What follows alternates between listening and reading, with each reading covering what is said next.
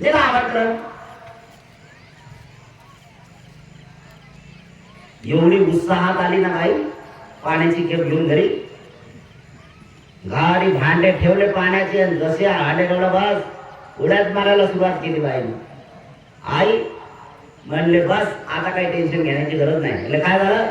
काय नाही, मी माझा वर शोधला, मी माझा वर शोधला.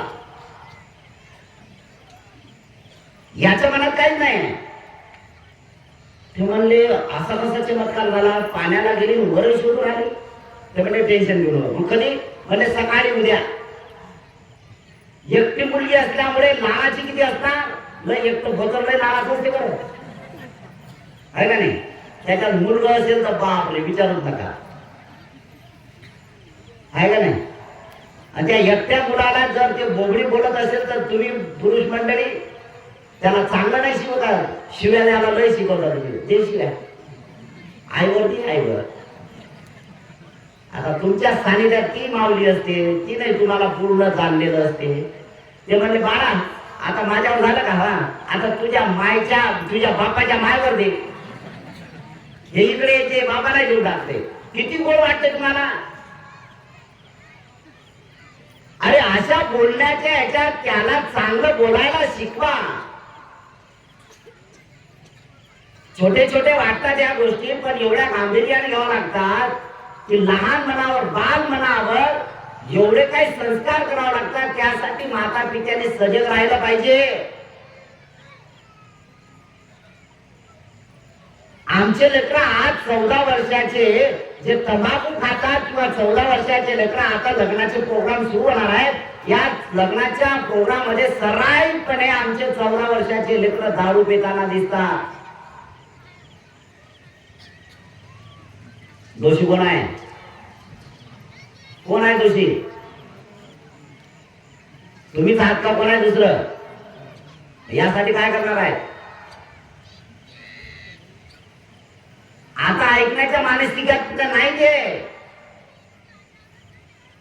आता मानसिकतेत नाही. हे तर त्याच वेळेस आहे. म्हणून परवाना मी सांगितलं की जन्माला घालायच्या अगोदर 18 वेळा विचार करा कोणाला जन्म देताय तुम्ही. त्यावेळेस भान नसते. हा सगळा महत्वाचा आहे, कारण आम्ही बोधिसत्वांचे वंशज आहोत. हे जाणलं पाहिजेत आम्ही. आणि आजचं युग जे आहे 21वावं युग एवढं आहे चांगलं, एवढं फॉरवर्ड झालेलं युग आहे की तुम्हाला एका वर्षाचे लेकर नको ते प्रश्न विचारतात, नको ते प्रश्न विचारतात. कोणाचे लेकर असो एवढे तुम्हाला प्रश्न विचारतात. मी तुम्हाला जाणीवपूर्वक सांगतो आणि जाहीरपणे सांगतो, मी सगळ्या लोकांना सांगतो की त्या लेकराचं उत्तर मायबापाने दिलंच पाहिजे. त्याचं उत्तर दाबण्यासाठी किंवा त्याचं उत्तर नकारण्यासाठी त्याला दाबू नका. तुम्हाला येत नाही तर सांगा बेटा याचं उद्याला सांगेल, कोणाला विचारा, पण त्याच्या प्रश्नाची उत्तर द्या. कारण तुमच्याकडूनच त्या प्रश्नाची उकल होणं तो अधिक महत्वाचा आहे. पहिले शिक्षक कोण आहेत? माता पिता आहेत. काय शिकवता तुम्ही?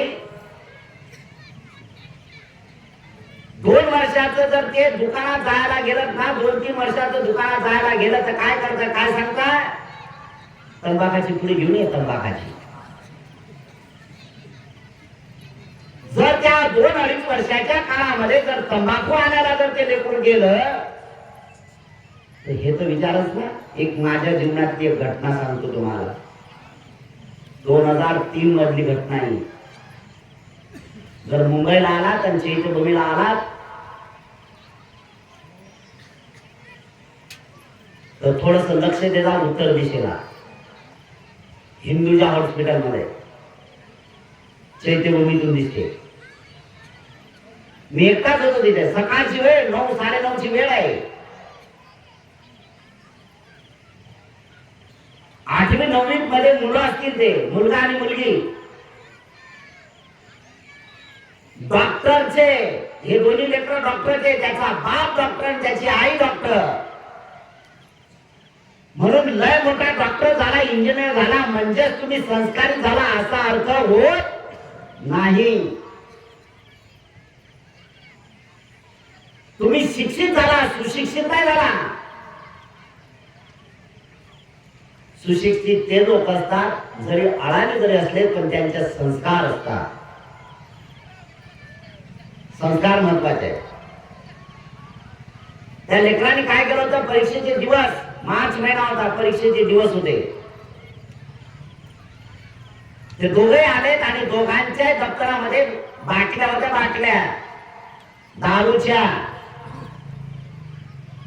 त्या दगडावर बसले ते आणि हे बुक स्टॉल वाले सगळे बघतायत. मला बोलावलं त्याने, म्हणजे भंतीचे जरा बघा काय. मी बघितलं, अरे म्हटलं हे कसं काय, 8-9 वर्षाचे पोरं आहे ते, 9-10 वर्षाचे पोरं, हे कसं काय बाबा हे करताय, ते काय असेल ना. त्यावेळेस बघितलं मी पोलिसांना कॉल केला आणि त्या पोलिसाला बोलावलं, इथं सांगितलं. त्यांना म्हटलं यांना जरा सांगावं काय. त्या पोरांना कुठून ट्रेनिंग आली काय माहित नाही. त्याने सांगितलं, म्हणजे पोलीसवाले अंकल 100 रुपये, त्यांनी दप्तरात ते 100 रुपये त्याच्या हातात ठेवले. बिलकुल बोलायचं नाही आम्हाला काही. बापरे किती ट्रेनिंग झालं. मी विचारलं त्यांना, म्हटलं यांना विचारा हे काय करतात. तू पोलीसवाला बोलला की बाबा हे काय करता तुम्ही, दारू घेता. ते म्हणले दारू नाही अंकल, ही दारू नाही. म्हणजे काय, हे म्हणले टेन्शन घालवण्याची औषधी आहे. म्हणजे असं कसं, ज्यावेळेस आमचे मम्मी पप्पा रात्री घरी येतात ना तर टेन्शन मध्ये असतात, ते दिवसभर टेन्शन असते आणि मग ज्यावेळेस घेतात ना ते त्यावेळेस ते टेन्शन होऊन शांत होतात, मग झोपी जातात. ते त्यांनी उत्तर देत असताना या सगळ्या गोष्टी आहेत किंवा मुलांना कशा माध्यमातून आहे हे सगळं गोष्ट आहे. म्हणजे जर डॉक्टरचे मुलं जर असं दारू प्यायला लागले तर या विचार करा तुमचे आमचे लेकरं काय असतील. लेकराला शिकवण्याची गरज नाही आहे, लेकराला शिकवण्याची गरज नाही. लेकरं तसेच शिकतात आणि लेकरं तसे शिकतात म्हणजे तुम्ही काय करायला पाहिजे हा विचार करणं गरजेचं आहे. मी जाणीवपूर्वक सांगतो की तुमच्या लेकरावर तुम्ही असे संस्कार करा की तंबाखू तर खूप महत्वाची दूरची आहे असं मी समजेल. अरे त्यांच्या समोर तुम्ही माय बापांनी त्या लेकरांच्या समोर मस्करी सुद्धा करू नका. आई वडिलांनी लेकराच्या समोर मस्करी पण नाही करायची. बाकीच्या गोष्टी तो खूप लांबच्या आहे. लहान लेकराला घडवणं साधं नाही, संतांना घडवणं साधे नाही. म्हणून इथं ज्योतिबा फुले जाणीवपूर्वक आम्हाला साक्षात आठवतात. ज्योतिबा फुले म्हणतात संपत्तीपेक्षा संतती जतन करा. अरे आमची संतती जतन नाही केली, आम्ही सगळे वाऱ्यावर चालले. 14-14 वर्षाचे लेकर आमचे बिनधास्तपणे दारू ढोसायला सुरुवात करतात, पार्ट्या करतात किंवा लग्नामध्ये दारू पिऊन झिंकतात लोक आमचे. जयंतीच्या कार्यक्रमामध्ये ज्या बाबासाहेब आंबेडकरांनी सुपारीचं खांड घाललं नाही त्या जयंतीच्या कार्यक्रमामध्ये बिनधास्तपणे दारू पिऊन आम्हाला बाबासाहेब अंगात आणावं लागते. काय लाचारीपणा झाला. कसले माणसं असताना आहोत आपण. बनावं लागेल, माणसं बनणं कठीण आहे. म्हणून तुकोबाराय म्हणतात माझं माणूस हवा, माझं माणूस हवा, माझं माणूस होता. हे बाबासाहेब आंबेडकर 1956 मध्ये आमच्यातला जीवन जगतात. महापुरुष बोधिसत्व बाबासाहेब आम्हाला धर्मांतरित करतो, दीक्षा देतो आणि 10 लाख लोकांच्या समोर बाबासाहेब म्हणतात मला फक्त 5च पाहिजे. किती पाहिजे? 10 लाख लोकांतून म्हणतात मला 5 लोक पाहिजे, फक्त 5. काय अपेक्षा असतील बाबासाहेबांची, काय अपेक्षा असेल? 10 लाख लोकांतून 5 लोक, की ज्या 10 लाख लोकांना बाबासाहेब म्हणतात 10 लाख लोकांच्यातून 5 लोक, म्हणजे ते 5 लोक किती अत्यंत महत्वाचे असतील. यासाठी महत्वाचं, कारण या 10 लाख लोकांचं नेतृत्व करण्यासाठी, त्यासाठी 10 लाखच नाही, त्यावेळेस तुमची लोकांची संख्या किती असेल त्याचं नेतृत्व करण्यासाठी 5च इमानदारे आणि नैतिकतेच्या मार्गातून अधिक सक्षम असणारे निष्ठावंत बौद्ध असतील. हे तर अजिबातच नाही आमच्या. किती महत्वाचे आहे. हा सगळा महत्वाचा भाग आपण जाणला पाहिजे आणि त्या मार्गाने सुरुवात केली पाहिजे. हे का करायला पाहिजे, आम्ही कुठल्या मार्गाने चाललो पाहिजे, आम्ही याचा विचार केला पाहिजे. आम्ही हे आम्ही आमच्यातलं आहे. म्हणून 1947 मध्ये बाबासाहेब आंबेडकरांनी तरुण विद्यार्थ्यांना जाणीवपूर्वक विद्यार्थी फेडरेशनला उद्देशून म्हटलं होतं, तरुण मित्रांनो, नागपूर मुकामी तुमच्यातला वेळ, पैसा आणि शक्ती व्यर्थ करू नका. वेळ, पैसा आणि शक्ती व्यर्थ करू नका. तुमच्याकडे वेळेचं अजिबात भान राहिलेलं नाही.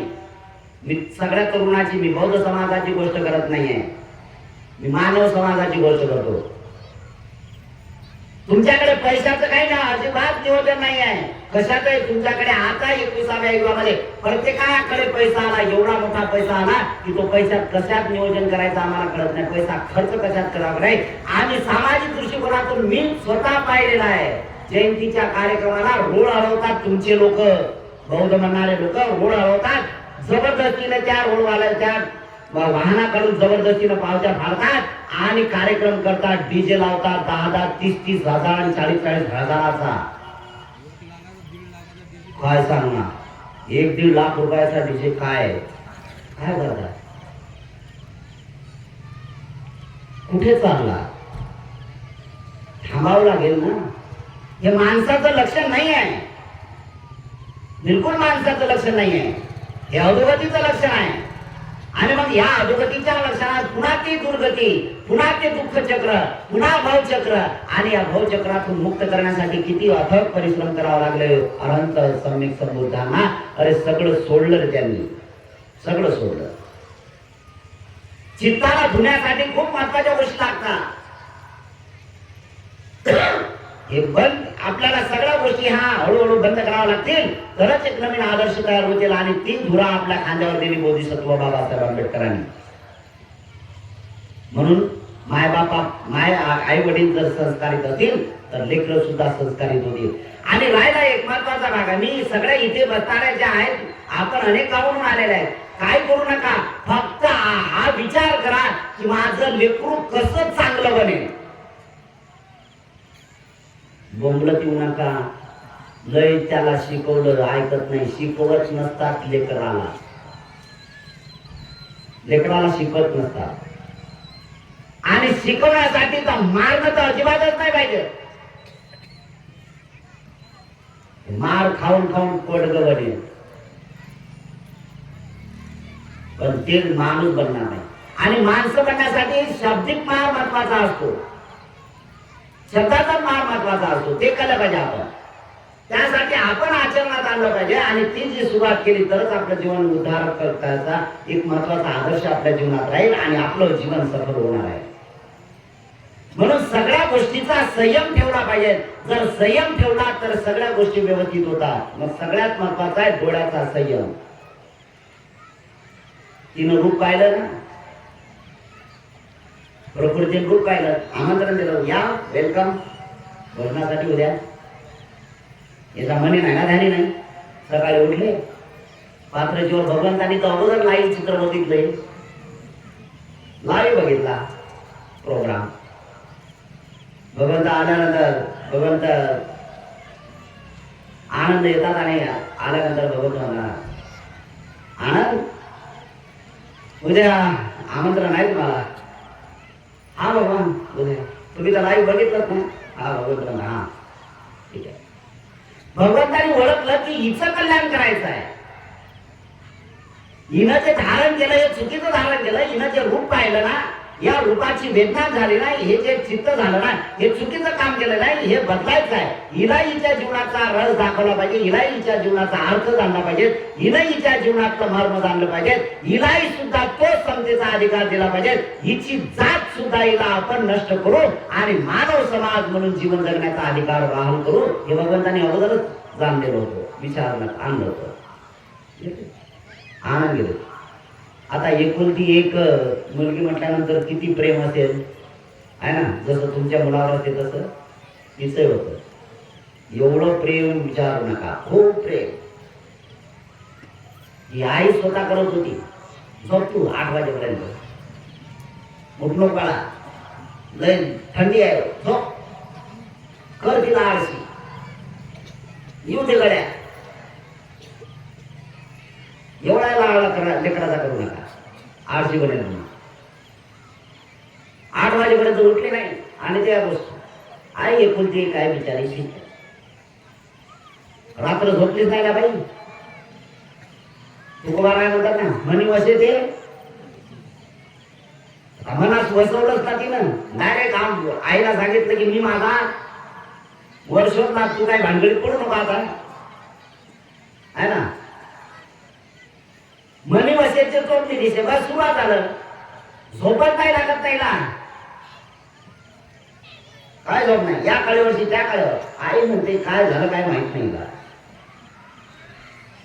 रात्रभर झोपले नाही. उठून बस किती वाजले बस, उठून बस किती वाजले बस, काहीच नाही. इकडून तिकडून रात पहाटेचे 4 वाजले. बाई उठली ना, बाई उठली तर लगेच पहाटे सडी सारवण येऊ तेव्हा करत असताना सगळं आई झोपले बघते बिचारी. सगळं उरकून घेतलं. रांगोळी काढ, हे काढ, ते काढ. आणि लागले ना बाई 6 वाजता स्वयंपाकाला. इनबिन किती लोकांचं करायचं आहे? 3 लोकांचं. किती वाजता सुरू केली? 6 वाजता. हे करू का, ते करू का, हे करू, आम करू. बाईचा 9 वाजेपर्यंत पूर्ण कार्यक्रम फिनिश. घराचा बाहेर आहे, घराचे बाहेर आहे. कोणाची वार वाटतंय? आमंत्रण केलं, ठीक आहे. आईला सांगितलंच नाही. घरी जेवायला आहे ना, घरी सकाळी वाजेला 10 साडेदहाच्या दरम्यान मध्ये आनंद आले. आल्यानंतर बस हास्य झाला की विचार करा. पाणी पाठ हातपाय जोरा पाणी ठेवलं. आल्यानंतर लगेच या या वेलकम सुरुवात केली. या पाय धुतले, बसले, पाणी दिलं. पाणी दिल्यानंतर लगेच बाई बसली ना समोरासमोर. पाणी पिलं झालं, ग्लास घेतला ठेवला. 10:30 वाजले. आनंदही काय बोलत नाही, ती काही बोलत नाही. 10 मिनिटं झालेत. आनंद म्हणले आता कसं बोलू, काय समजत नाही. 10 मिनिटं झाल्यानंतर ते म्हणले जेवणाची काही तयारी करायची असेल तर करा. म्हणलं ओके, नो टेन्शन, सगळं फिनिश झालेलं आहे. जेवणात झालं तर हां ठीक आहे झालं, घेऊन या. ते म्हणलं काय टेन्शन नाही द्यायचं, 12च्या आत मध्ये यायचं ना, बिलकुल काय काळजी करा नाही. आता आफत झाली, काय करणार. आनंद आहे समोर बसलेली आहे. डोळे बंद केले आणि डोळे बंद केले तर शरीर आवडच्या सवय नाबांना सुरू झाल्या. यांच्या चित्तामध्ये काय नाही आहे, सगळं नाही का. 10 मिनिटांत डोळे उघडले तर समोरच बसलेली आहे. आणि समोर बसल्यानंतर म्हणले भगिनी 11 वाजले, जेवणाची ताट तयार करू ना. ते म्हणलं ओके, काही टेन्शन नाही, बिलकुल तयार आहे. ते मला मग तयार आहे तर जाय ना, अन्न लवकर, इथं काय बसली, लवकर उठता. तरी ओके, काही प्रॉब्लेम नाही. म्हटलं आता काय मोठा आपत झाली. पुन्हा 10 मिनिटं गेले. 11:30 वाजते तरी काही उठे ना. बाईनं केलं ना परीक्षण सुरू. डोक्यापासून पायापर्यंत बाई बदलत राहिली. जीवनाचा अर्थच कळला नाहीये. आणि हे भगवंत श्रावस्तीच्या जेतपणातून डायरेक्ट लाईव्ह बघता, ध्यान मार्गाच्या माध्यमात काय चाललेलं आहे. अगदी शांत याच्यातून 11:30 वाजले आणि आनंद म्हणले लाले लाल झाले. तिसऱ्यांदा म्हटलं भगिनी 11:30 वाजले, जेवणाची व्यवस्था करायची आहे, लवकर घेऊन या. झाला आता, घेऊन या लवकर. ते म्हणले टेन्शन नाही, ओके तयार आहे. आनंद म्हटलं उठ इथून, जा लवकर घेऊन या. तुला काही कळत नाही, मूर्ख आहेस तू. एवढे रागाने लाले लाल झाले. गोरेपान आनंद किती चेहरा लाल झाला असेल. आणि एवढे रागावल्यानंतर ती हळूच म्हणते तुम्ही रागावता पण छान ना बोलला. याचं वर्तुळीक सगळं जरी काय असलं तरी मात्र तिनं धारण काय केलं त्याच्यावर अवलंबून आहे ना. जैसी चित्त की चेतना फल वैसाई होय, दुर्मन का फल दुःखदही सुखद सुमन का होय. तुम्ही रागावता पण खूप छान. म्हणजे आता काय पात्र बंद केलं, निघाला लागलं. म्हणजे रामा कुठं झाला, काय करायचं. आईला सांगितलं आई हाच ऐकत नाही. चटुक्कर, चटुक्कर म्हणजे तुमच्या भाषेत सांगायला करणी कर. करणी माहित आहे का तुम्हाला? तुम्हाला काही माहित नाही? लय सांगल्यात तुम्ही.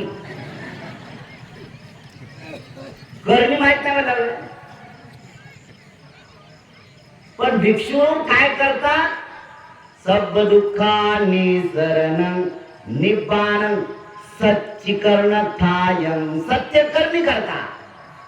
भिक्षू काय करतात? तुम्ही काय करताय? करणी करता. करणी आणि सत्यकर्णी यातला फरक आहे का नाही? गावचे लोक आता नाही करत ना. करणी करणारे लोक जे आहेत म्हणजे कर्मठ लोक जे आहेत, जे काही चुकीच्या भावना करणारे लोक आहेत, यासाठी सुद्धा तपश्चर्या करावं लागते. लक्षात घ्या. जे करणी करणारे लोक आहेत ना, या लोकांनाही सुद्धा काय करावं लागते? तपश्चर्या करावं लागते, कठोर वागावं लागते. ते जर करणी करणारे असताना त्याच वेळेला करतील. गावातला माणूस मेल्यानंतर सुतक पाडतील, नाही खाणार, अमुक नाही करणार, तमुक नाही करणार, हे सगळं करणार आहे. ते बिलकुल करणार आहेत, तापणार आहेत. पण चुकीच्या मार्गाने करणार आहेत.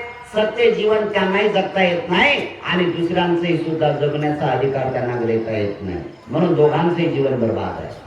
म्हणून भगवंत म्हणतात सत्य करणीला आपण सुरुवात केली पाहिजे. आणि सत्य करणी ती असली पाहिजे धम्मामध्ये तो पावर तयार होतोय, विल पावर तयार होते. धम्मामध्ये एवढा पावर आहे की सत्य करणी तुम्ही बोलल्यानंतर लगेच ते होते, पण तिथपर्यंत पोहोचावं लागेल. भगवंताच्या हयातीमध्ये राजगडाच्या बाजूला भगवंत चारिका करत जात असताना थांबलेले आहेत. आणि थांबल्यानंतर एका भगिनीला, एका मायला 2 लेकरं आहेत, मुलगा आहे, मुलगी आहे आणि नवरा मेला पिता. भगवंताच्या संपर्कात आले आणि मुलाच्या चित्तामध्ये भाव तयार झाला. काय भाव तयार झाला? की मी भिक्षू बनलो पाहिजे. आईजवळ गेला आणि सांगितलं की आई, माझं जीवन मला सार्थकी करायचं आहे, यासाठी मला भिक्षू बनायचं आहे, परवानगी दे. आईने परमिशन दिली. आईने परमिशन दिल्यानंतर ते भिक्षू झाले. पण ते काही वैद्य करत होते, वैद्य होते, दवाई देत होते. कोणाचं काय दुखलं किंवा काय याच्यावर दवा देत होते. कारण जीवन चालवायचं आहे ना. जीवन चालवायचं आहे तर प्रापंचिक जीवन जगणाऱ्या लोकांनी काहीतरी उद्योग केलाच पाहिजे का नाही? रिकामी उद्योग नका करू, उद्योग करा. नाही काय काय लोकांना लय रिकामी उद्योग असतात. नाही काय झालं तरी काया करायचे काम असतात लोकांना, है ना. चांगलं होत नाही माहित आहे आपल्याला, त्यांच्याकडून काही चांगलं होत नाही, पण काया करायचं काम पहिलं येते त्यांना. हे उद्योग नाही, हे रिकामे धंदे येते. अतिरिक्त उद्योग आहे. मैं भी दुखिया हो उठू, दुखी करू संसार. मी स्वतः दुखी आहे आणि दुसऱ्याला दुखी करतो. सुखाचा मार्ग अनुसरायचा असेल तर यासारखं जीवन जगलं पाहिजे. म्हणून तो उद्योग करत होता, काहीतरी घर चालवण्यासाठी या सगळ्या गोष्टी करत होता. म्हणून वैद्यकीय क्षेत्रामध्ये होता, आयुर्वेदिक दवा देत होता आणि जीवन. याचं जीवन बघितल्यानंतर त्याच्या बहिणीच्या चित्तामध्ये भाव तयार झाला आणि तिने परमिशन मागितली की आई, भाऊ जसा भिक्षू झाला तसं मलाही भिक्षू बनायचं आहे, परमिशन दे. तिने परमिशन घेतली, ते झाले. ते म्हणले मी एकटीच कशाला राहू, म्हणून ते भिक्षू झाले. तिघे जण भिक्षू बनले. श्रावस्तीमध्ये भिक्षुनी संघ अलग आहे आणि भिक्षू संघ अलग आहे. संयोग असा झाला की हे तिघे भिक्षू संघामध्ये त्यांचा मुलगा होता, त्या मायचा मुलगा होता, त्या भगिनीचा भाऊ होता. आणि या दोन्ही बायलेकी श्रावस्तीच्या भिक्षुनी संघात नाप होत्या. चांगली व्यवस्था होती त्यांची. पण शरीर आहे म्हटल्यानंतर व्याधी आहेच. मायच्या छातीमध्ये कॅन्सर झाला.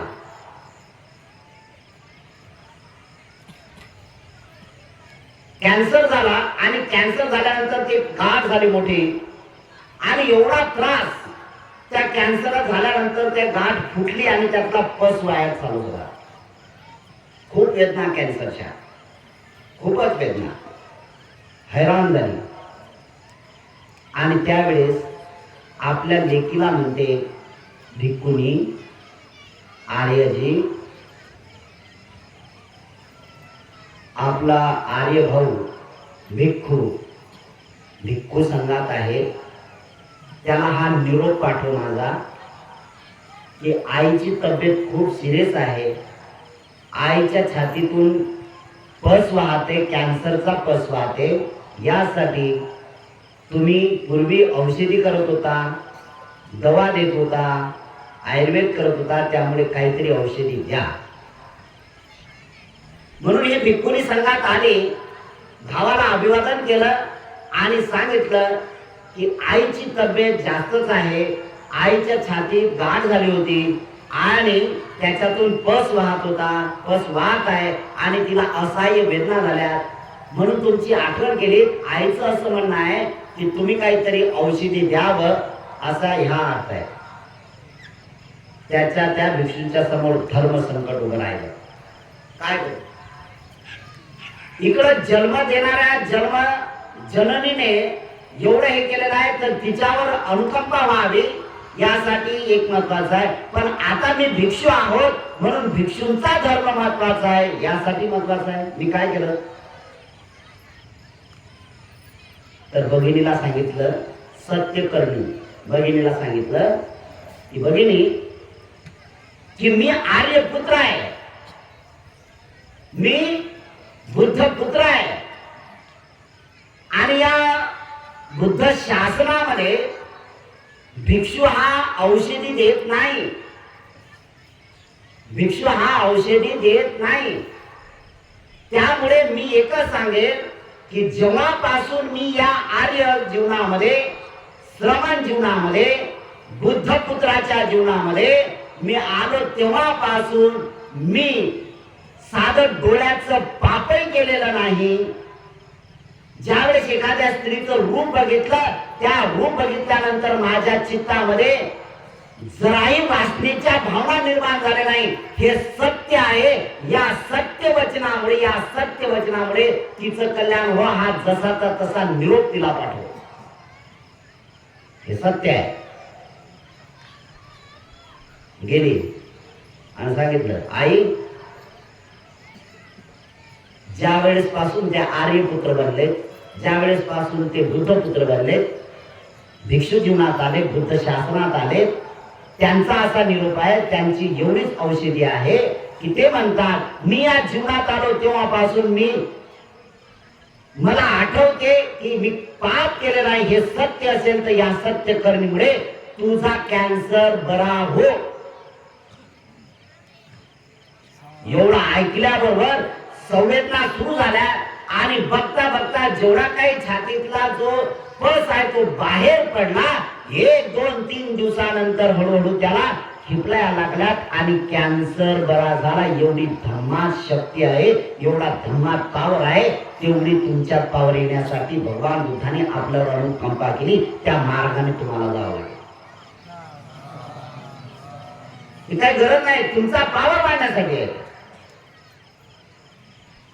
किती महत्वाचे सत्य करणे आहे ना, करणे नाही, सत्य करणे आहे. म्हणून तिने सांगितलं की हे आई तू चटूक कर, घर पेटव.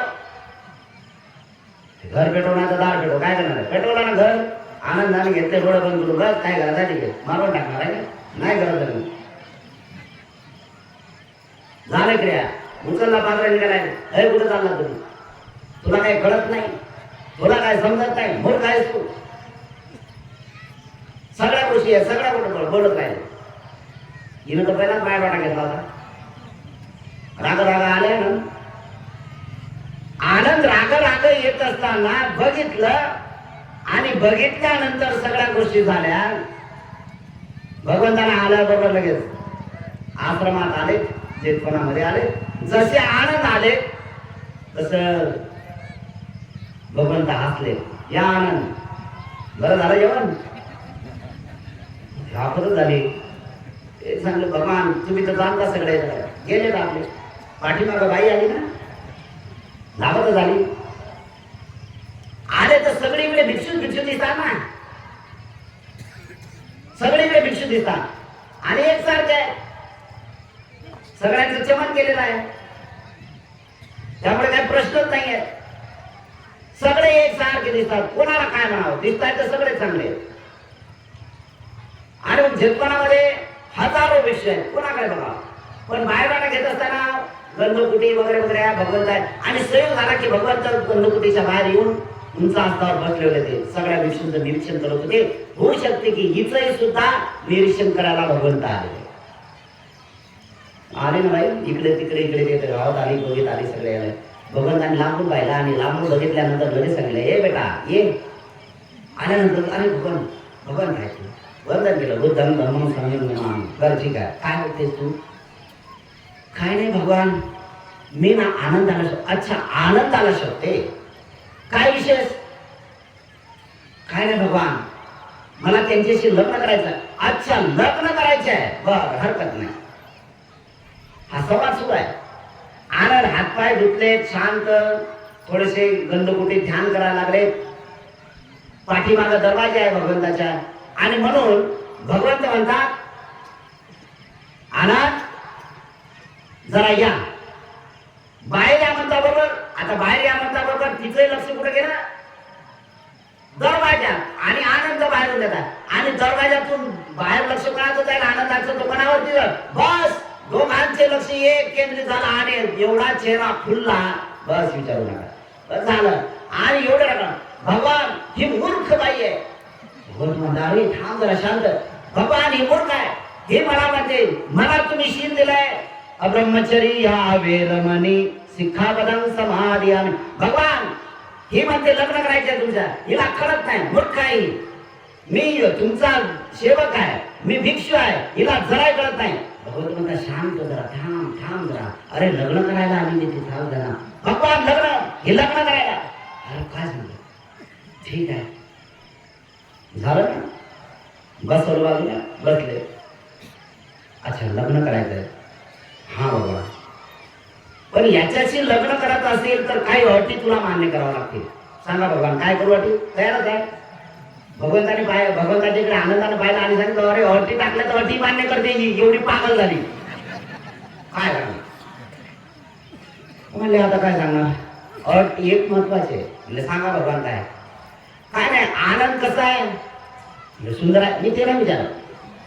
आनंदाच्या डोक्यावर केस आहे म्हणले नाही. अच्छा भगवान डोक्याचे केस काढायचे आहे एका मिनिटात.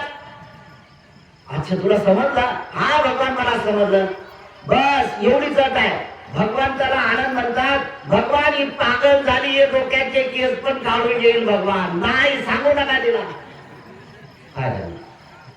आनंद म्हणतात प्रकृती बेटा डोक्याचे केस काढ देत ना तर होईल ते का. बस आनंदाने केले ना मोठे मोठे डोळे, जसे मोठे मोठे डोळे केले तसं बस परमिशन भेटली ना भगवंताची. जसे मोठे मोठे डोळे केले तसं बघितलं आणि जसे मोठे डोळे केल्यानंतर हिनं होठाखाली होठ दाबला आणि म्हणले लग्न करेल तर फक्त तुझ्याशी, बाकी नाही. कुठं जाशील पडून? दाबला ना होठ, वंदन केलं, भक्ती त्याच्याकडे. तू जाशील कुठे? थांब. उठले आणि निघाले. जशी उठले आणि निघाल्यानंतर सुरुवात झाली. सुरुवात झाल्याबरोबर भगवंताला आनंद. भगवान ती चालली ते येते. भगवंत म्हणतात ठीक आहे रे, कल्याण मित्र आहे तिचं, कल्याण तिचं व्हावं यासाठी तुलाही तेच महत्वाचं करायचं आहे. ठीक आहे बाबा सांग. हा बस सुरुवात केली. गेली ना बाई घरी. आईला म्हणजे आई जे तुझ्याने शक्य झालं नाही ते मी करून आले. त्या झालेला काय झालं? फक्त नाव्याला बोलावं म्हणजे नावी आणायचं काय काय टेन्शन तुला. तिला कळालं की माझी मुलगी आता जाणार. नावी बोलावला. सगळे सुंदर कुरळे केस, सुंदर केस काढून टाकले. आशा बघितले हात फिरवते, अरे कैसा हो गया, फिर भी हो गया लग्न तर करायला. बस आले ना बाई डोक्याचे केस काढून. आल्याबरोबर लगेच बघितलं भगवंताला आनंद करा आणि सांगले भगवान मी आले. अरे आले का बेटा? ठीक आहे बस बस बस. आनंद होईल. आनंद जरा बाहेर या. बाहेर आल्याबरोबर लगेच बघितलं आणि जोरात चिडले, सांगा भगवान मी बोलले ना, मी बोलतो हे काढून आणा आलेला काढून, मी लग्न करत नाही, मी लग्न करत नाही भगवान. अरे भगवंत म्हणतात शांत जरा, थांबा थांबा जरा थांबा. भगवंताने सांगितल्यानंतर शांत बसले, डाव्या हाताला खाली, डोळे बंद केले आणि भगवंत म्हणतात बेटा प्रकृती एवढं प्रेम करते त्याला. हा भगवान मी खूप प्रेम करते. बरं नेमकं तुला काय आवडलं याचं इमेज करायला लागेल ना. बरं ते काय आवडलं मला, काय आवडलं सरळ सांगितलं. भगवान याचं नाक लय सुंदर आहे. अच्छा नाकावर प्रेम करते तू. हा भगवान नाक सुंदर आहे. अच्छा अरे बरेच वेळ तू बघितलं नाही, बघ एक लक्ष केंद्रित कर, घाल एक नाकात डोळे. नाकात डोळे म्हणजे डोळे काढा नाकात घालत नाही, नाकाकडे एक टक लावून बघ, एक टक लावून बघ. बघितलं नाकाकडे, बघता बघता बघता दोन्ही नाककडे हिरव्यागार शाबणाट भरून आला. जशा हिरव्यागार शाबणाट भरून आला लगेच सांगते अरे नाही छापडाया नाही, नाक नाही आवडलं बघा. नाक नाही आवडलं, काय आवडलं? नाक नाही आवडलं. भगवानाचे कान सुंदर आहे. अच्छा कान सुंदर आहे, झाल्याच्या कानात डोळे. 2 मिनिटं बघितलं, बघता बघता कान फुटले, बस व्हायला लागला. अरे बापरे हा कान फुटले, नाही भगवानाचे कान नाही आवडले. मग काय आवडलं? भगवानाचे टपोरे डोळे आहेत. मला डोळे, अच्छा डोळे, डोळे बरेच वेळचे बंद आहेत ना. बस आनंद जरा डोळे उघडा, डोळे उघडा, घालायचे डोळ्यात डोळे, डोळ्यात डोळे लावला. बघितलं, बघता बघता 2 मिनिटात डोळे चिपडाने भरून आले. अरे बापरे नाही डोळे नाही आवडले.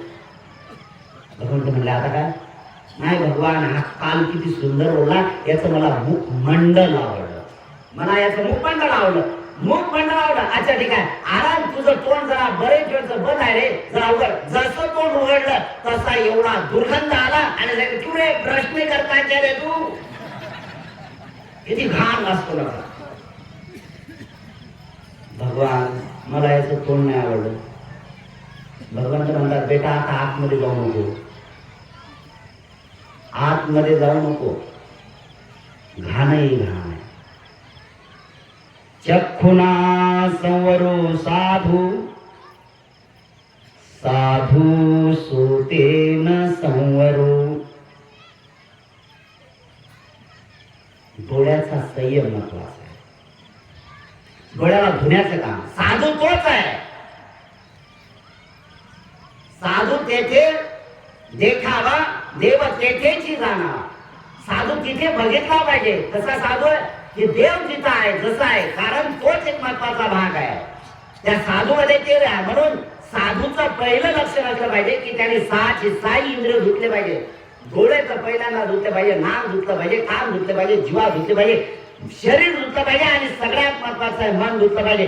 ज्याचं मन धुतलं तो साधू. साधू किती महत्वाच्या गोष्टी आहे. झालं ना भगवान मला काहीच आवडलं नाही ते. भगवंत म्हणतात उठ जा घरी आता. नाही भगवान मी टकली आहे, आता काय करणार. भगवान प्रत्येकाचे शरीरात आहे का? भगवंत म्हणतात हे अनित्य आहे. शरीर आहे तर वार्धक्य राहणार, शरीर आहे तर व्याधी राहणार, शरीर आहे तर मल होणारच. मग भगवान मलाही सुद्धा जीवनात आता सार्थकी लावायचं आहे. माझ्यावर अनुकंपा करा, दया करा आणि करा. कायन वाचा चित्तेन प्रमादेन मया कृतं आचयं खममे भन्ते भूरि पय्या तथागतं. भगवान माझ्या काय वाचा मनाने काही अपराध झाला त्याबद्दल क्षमा करा भगवान. उकास वंदामि भन्ते पवजं याचामि. अवधी द्या भन्ते मला भगवान, मला प्रवचित करा भगवान. भगवंताने चिवर दिला ना, एक खालच्या जातीतली स्त्री चिवर दिला आणि चिवर दिल्यानंतर ती प्रकृती शरीराच्या काय रूपाला बघता बघता रूप पाहता आलोचनी, अगदी शरीराकडे डोळे बंद केले आणि शरीरातली काया बघितली आणि त्याच्यातून जीवन सार्थ केलं. अनंत बनली विपुणी प्रकृती, अनंत बनली जीवन मुक्ती, जन्म मरणाच्या फेऱ्यातून मुक्तता झाली. किती महत्वाचं आहे हे. कल्याणासाठी आपल्याला सगळ्या करायचं आहे आणि त्या मार्गावर तुम्ही चालावं. एक महत्वाचं आहे की जोपर्यंत मन साफ होत नाही तोपर्यंत तन साफ झाल्याला काही अर्थ नाही. म्हणून मन साफ करण्यासाठीच उर्वरितचे काही दिवस राहिलेत आपले. किती राहिले? किती दिवस राहिलेत? 2 दिवस राहिलेत ना. बस 2 दिवसात महत्वाचा कार्यक्रम आपला. 2च प्रवचन महत्वाचे. उद्याची 1 तारीख आणि परवाला कॅन्डल मार्च.